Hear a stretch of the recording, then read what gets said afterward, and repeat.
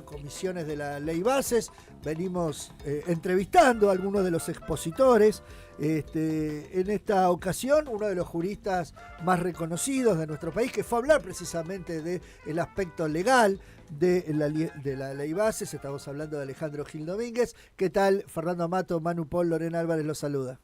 Buen día, ¿cómo están ustedes? Bien.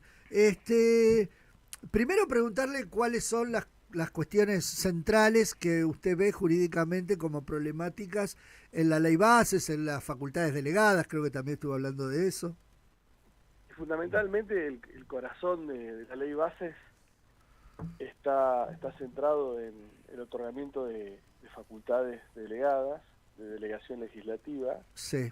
con unas bases de delegación tan amplias, que le permitirían al presidente Milei, mediante el dictado de decretos delegados, hacer con el Estado lo que quiera. No con la administración pública, sino con el Estado. Porque una de las bases lo habilita a tomar todas las medidas que desee para hacer más eficiente, más ágil el Estado, el funcionamiento del Estado en aras del bien común. Bueno, eso es de una amplitud enorme. Y la Corte Suprema de Justicia, en su jurisprudencia, ha sido muy clara que la delegación legislativa, para ser constitucionalmente válida, tiene que tener como presupuestos bases que sean bien certeras, determinadas, precisas, y que si hay una declaración de emergencia, se vinculen con esa emergencia. Claro. Si yo declaro la emergencia financiera, las bases tienen que estar vinculadas a medidas que permitan superar esa emergencia financiera, no a tomar cualquier tipo de medidas. Claro. Y entre la primera ley bases y esta que se está discutiendo ahora, que hubo algunos recortes importantes en algunos artículos, incluidas las facultades delegadas, así todo es demasiado amplio. Sí, en la primera versión había 16 bases. Sí. Y no 3 como hay ahora. Sí. Y era directamente la transferencia de la capacidad legislativa, sí, del poder legislativo al ejecutivo en su totalidad. Uh-huh. Acá son menos bases, hay 3 bases. Sí. La tercera base es una base de razonable, pero las 2 primeras bases, la que habla de agilizar el funcionamiento del Estado en aras del bien común y reducir el sobredimensionamiento del Estado, ya no habla de la administración pública, sino que habla de la totalidad del Estado y le da una potestad de colegislar al Poder Ejecutivo que en los papeles es casi una sustitución del Congreso. Claro. Y desde el punto de vista de la cantidad de temas y artículos que toca casi una reforma constitucional encubierta, ¿eso también habla de lo que es la ley o tiene problemas legales, tanto que abarque tantas cosas?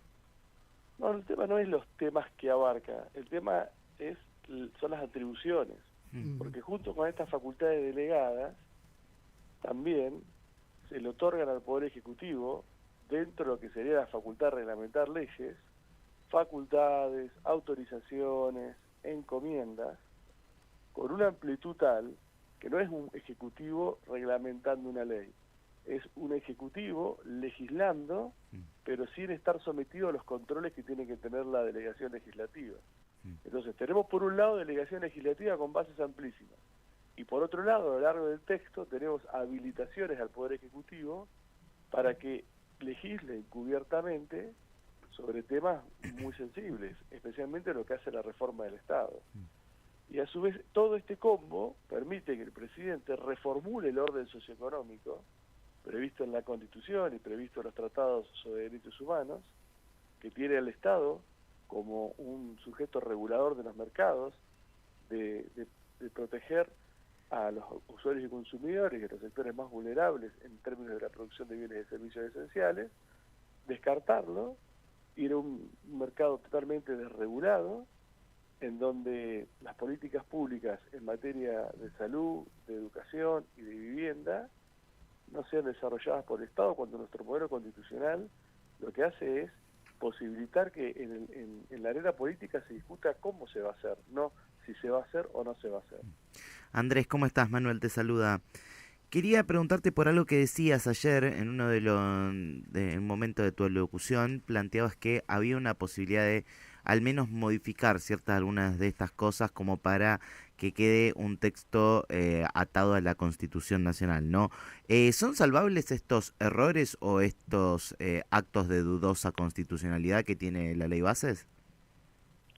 Yo ya lo que propuse, hablándole especialmente a los senadores y senadoras, que mantienen un discurso que es respetable, de haber perdido una elección y querer acompañar a este gobierno y darle las herramientas para que pueda desarrollar su plan de gobierno, que si así lo creen, frente a bases tan amplias, que establezcan en esta ley que los decretos delegados que dicta el Ejecutivo, una vez que llegan al Congreso, que tiene un plazo de 10 días para enviarlo al Poder Ejecutivo, si en 60 días o en 30, pero vamos a poner en 60 días, no son aprobados por el Congreso, por ambas cámaras, se consideran rechazados. Entonces lo están ayudando al presidente Milei dentro de su lógica y a su vez están garantizando que sea el Congreso el ámbito natural, el que titulariza la facultad legislativa, el que controle exhaustivamente estas habilitaciones legislativas que están haciendo. Que es el mismo que debería estar controlando también el DNU 7023, Claro, que bueno, no lo está haciendo, de hecho. No lo está haciendo. ¿Pero por qué no lo está haciendo? Porque la ley vigente, la 26.122, sancionada en 2006, no establece un plazo para que ambas cámaras se expidan. Entonces, o bien reformulan la 26.122 en su totalidad para todos, para decretos de necesidad y urgencia, para decretos delegados y para decretos de promulgación parcial de leyes, o bien lo hacen específicamente para esta delegación legislativa. Y tienen esas dos posibilidades. Y hablando de tiempos, ¿cómo estás viendo el accionar de la Corte Suprema en esta disputa de constitucionalidad e inconstitucionalidad que se está discutiendo tanto de DNU como de ley Bases? ¿Crees que debería haber un accionar un poquito más intenso o a tiempo de los cortesanos? No, la Corte actuó ya muy rápido y en un conjunto de fallos sostuvo que nadie puede ir a discutir en general la constitucionalidad de un decreto de necesidad y urgencia. A pesar que la Constitución dice que si un presidente dicta un DNU por fuera de los requisitos de habilitación, más allá del daño que produzca ese DNU al sistema de derechos, esos DNU son nulos en nulidad absoluta e insanable. A pesar de este mandato, clarísimo del Constituyente de 1994, la Corte ha actuado muy rápido para sus tiempos, y nos ha dicho en estos últimos tiempos, ni un gobernador, ni una agrupación de abogados, ni una asociación, una ONG que propenda a defender la Constitución, ni un simple abogado como el que les habla, siquiera tienen la posibilidad de tener la llave para entrar a un proceso y discutir esto. No pueden entrar. Ahora, y te hago una pregunta muy difícil para un abogado constitucionalista. ¿Qué hacemos si ya no confiamos ni en la justicia?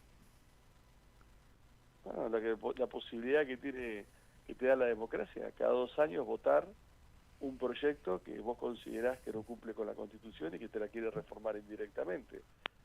No queda otra posibilidad. Incidir en legisladores, en diputados y en senadores, haciéndole entender cuál es el norte que establece nuestro modelo constitucional. Andrés, ¿por qué crees que el gobierno no se mete con algún tipo de reforma judicial? Algo había en la primera ley Bases que quedó descartada, pero lo cierto es que la disputa directa suele ser o con la clase política o con sectores sociales y no tanto con uno de los estamentos del Estado como es la justicia. ¿Por qué crees que se da esto?